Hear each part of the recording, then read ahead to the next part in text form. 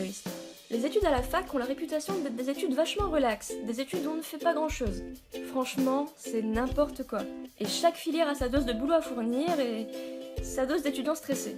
Il suffit pourtant d'un bon rythme de travail pour ne pas sombrer dans le stress et ne pas être dans cet état à la fin du semestre. Le stress à la fac a deux sources principales. Il provient du boulot à fournir et il provient aussi des autres étudiants. Ne paniquez pas, on est en droit, pas en médecine. Ce n'est pas un concours, donc les étudiants sont généralement solidaires. Mais certains, sans le vouloir, peuvent vous plomber. On va voir dans cette vidéo comment surmonter tout ça. Parlons donc d'abord des étudiants. Les étudiants qui vous font culpabiliser. Je vous pose le tableau. Vous avez bien soufflé ce week-end, vous avez vu votre famille, vos amis, et vous vous êtes détendu.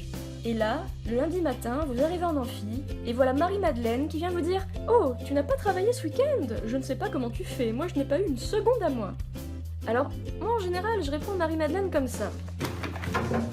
Mais vous pouvez la jouer plus finement et tout simplement l'ignorer. Dites-vous que c'est Marie-Madeleine qui finira sur les genoux à la fin du semestre, aura perdu des touffes de cheveux, et tandis qu'elle fera coucou au burn-out, vous en aurez encore en réserve, car vous avez bien dosé vos efforts tout au long du semestre. Il faut bosser, c'est sûr, mais n'oubliez pas de vous réserver des moments de détente, qu'importe ce que peut vous conseiller Marie-Madeleine. Les étudiants qui vous découragent. Il existe une catégorie d'étudiants qui se disent que s'ils ont raté, alors tout le monde va rater. Ils vont vous décourager alors que le semestre n'a même pas commencé. Et le pire, c'est que ça marche vraiment, j'en vois chaque année. Je vais vous illustrer le processus avec une petite histoire. Prenons Jean-Édouard. Jean-Édouard est un étudiant en deuxième année de droit, un peu fainéant mais très sûr de lui, comme 90% des étudiants en droit. Il a TD avec Madame Machin, une chargée de TD qui n'est pas là pour rigoler et qui est là pour travailler. Le feeling ne passe pas bien entre la chargée de TD et Jean-Édouard qui n'est pas emballé par la matière en plus. Il ne prépare donc pas ses TD. Arrive la fin du semestre et la stupeur, Jean-Édouard a 7 sur 20 de moyenne. No, God! Il part alors en croisade, dit à qui veut et surtout ne veut pas l'entendre que Madame Machin est une peau de vache, qui sous-note, qu'elle a plombé son semestre et que si le rattrapage, c'est uniquement sa faute. Ça va vous surprendre, mais Jean-Édouard redouble. Une nouvelle promotion arrive et là il va rencontrer Candide, un jeune étudiant plein de bonne volonté mais un peu naïf. Candide lui raconte qu'il a TD avec Madame Machin ce semestre.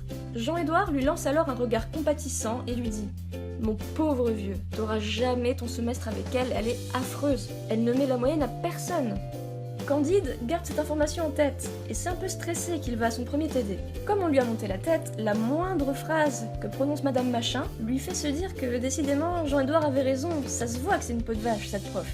Il va se dire alors que, vu qu'elle ne met pas la moyenne, autant se rattraper sous les autres TD. Alors après un petit calcul, il va bâcler la matière de Madame Machin en prévision de la tôle qu'elle va se prendre, et il va bosser ses autres matières. À la fin du semestre, Candide a 6 sur 20 de moyenne. No, God, please, no! Il part alors en croisade pour dire à quel point elle note mal, que les étudiants plus vieux l'avaient prévenu, et la boucle est bouclée. Sérieusement, pour l'avoir vu de mes propres yeux, c'est comme ça que ça se passe. Alors ne soyez pas comme Candide. On vous dit que personne n'a la moyenne avec ce chargé de TD? Donnez-vous comme objectif d'être le premier étudiant à l'obtenir. Il y a toujours une part de vrai dans ces rumeurs. Le ou la chargée de TD est sûrement un peu désagréable, un peu trop strict. Et il peut être vrai qu'il n'a pas l'âme pédagogique et qu'il n'apprécie pas forcément les étudiants. Mais soyez sûr d'une chose, s'ils sont là, c'est qu'ils aiment le droit. Alors vous pourrez vous en sortir si vous montrez l'intérêt que vous portez à leur matière. C'est une difficulté supplémentaire, je vous le cache pas, mais essayez de la surmonter plutôt que de vous laisser écraser. Je vais vous raconter une petite histoire personnelle. J'ai déjà eu une Madame Machin. Il est vrai qu'elle était froide, elle était sèche, et on m'a dit qu'elle ne mettait la moyenne à personne. Alors j'ai bossé pour ne pas lui laisser une bonne raison de confirmer la rumeur. Bon, j'ai eu 11 sur 20 de moyenne. C'est pas foufou, mais j'étais fière parce que j'avais pas lâché le morceau. Dites-vous que les Jean-Édouard ne font pas ça pour vous plomber personnellement. Je pense qu'ils y croient vraiment à ce qu'ils racontent. Mais ne les écoutez pas et faites-vous votre propre idée tout d'abord. Les étudiants qui ont tout compris. Ici, c'est plus souvent un effet de groupe. En TD, vous êtes un groupe de 30 environ, et le chargé de TD est là pour que vous posiez vos questions afin de mieux comprendre ce qui a été dit en cours d'amphi. Le problème, c'est qu'en TD, et surtout en première année, personne n'ose participer. Alors, en général, le chargé de TD demande « Avez-vous compris? Voulez-vous que je répète ?» Et personne ne réagit. Ou tout simplement, le chargé de TD va enchaîner parce que personne ne lève la main pour poser une question. Et je vous vois déjà, vous, qui n'avez pas compris quelque chose, mais qui n'osez pas prendre la parole. Vous vous dites « Ah, je dois être trop bête, je suis le seul qui comprend rien dans cette classe. » Mais c'est pas parce que le groupe ne réagit pas que tout le monde a compris. Alors si vous avez une question, allez-y. Franchement, si vous êtes attentif et que vous n'avez pas compris quelque chose, alors c'est sûr que vous n'êtes pas le seul. Vous êtes maintenant immunisé contre la mauvaise influence de certains étudiants. Mais vous pouvez vous stresser tout seul, comme des grands, uniquement en voyant la masse de travail que vous avez. Si vous sentez que vous commencez à perdre pied, alors inspirez un bon coup et relativisez en 2 points. Parlons d'abord de la pression pour relire ses cours régulièrement. Vous avez commencé l'année avec uniquement des cours d'amphi. Les TD commencent 2 semaines après. Vous vous êtes dit que vous pouviez relire tous vos cours régulièrement, que c'était génial, mais les TD sont arrivés, et là, vous avez plus le temps de relire. Soyons clairs, hein. On a en général 2 semaines de révision, et c'est pas pour rien. Alors c'est pas catastrophique de pas avoir réussi à réviser tous ces cours. Privilégiez tout d'abord les matières à TD, parce qu'il faut connaître votre cours pour préparer vos TD, et pour les réussir. Par exemple, si vous faites vos TD le mardi, alors prévoyez de réviser votre cours le lundi, comme ça vous gagnerez du temps dans votre préparation. Si vous révisez vos matières à TD, c'est déjà super bien. Et dites-vous pourquoi pas qu'un soir ou 2 dans la semaine, si vous avez le temps, vous allez réviser un autre cours. Ce qu'il faut, c'est un planning de révision et de travail, c'est vraiment la base pour s'en sortir. Mais attention, il ne faut pas s'en imposer un impossible à tenir, ça va juste vous stresser encore plus. Préparez ces TD. En TD, vous allez avoir des devoirs. Oh oui. Vous devrez au moins faire des fiches d'arrêt, et en général, soit une disserte, soit un commentaire d'arrêt, soit un cas pratique. Si vous avez 3 TD, alors ça fait pas mal de fiches d'arrêt et 3 gros travaux à faire, et souvent à rendre, chaque semaine. Pas de mystère, ici il faut vraiment un planning de travail. Mais il faut surtout bosser intelligemment.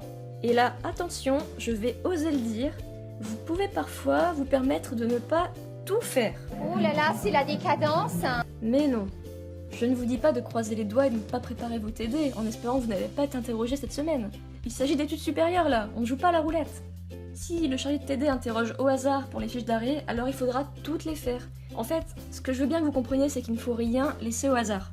Si dans le semestre arrive un moment où vous êtes interrogé et que vous n'avez pas fait votre travail, c'est qu'il y a un problème. Et en plus de ça, vous allez avoir des pics de stress en TD en espérant ne pas être interrogé. Et dans cette vidéo, on essaye d'être moins stressé, c'est quand même bête. Ce que je voulais dire, c'est qu'il faut rester logique et adapter votre travail selon votre chargé de TD. S'il interroge sur la base du volontariat, par exemple, rien ne vous empêche de faire juste la moitié des fiches d'arrêt, tant que vous pouvez lever la main 1 fois ou 2 par TD. Pour les gros travaux, c'est pareil en fait.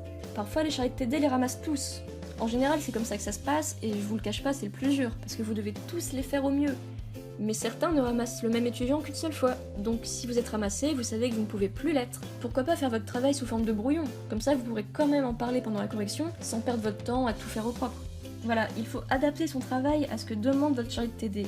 Et avec de l'organisation, vous conserverez toutes vos chances d'avoir une excellente moyenne. Si vous pouvez vous permettre de ne pas tout faire, et que ainsi vous pourrez par exemple relire davantage vos cours, ou préparer un TD qui est bien plus strict, alors n'hésitez pas.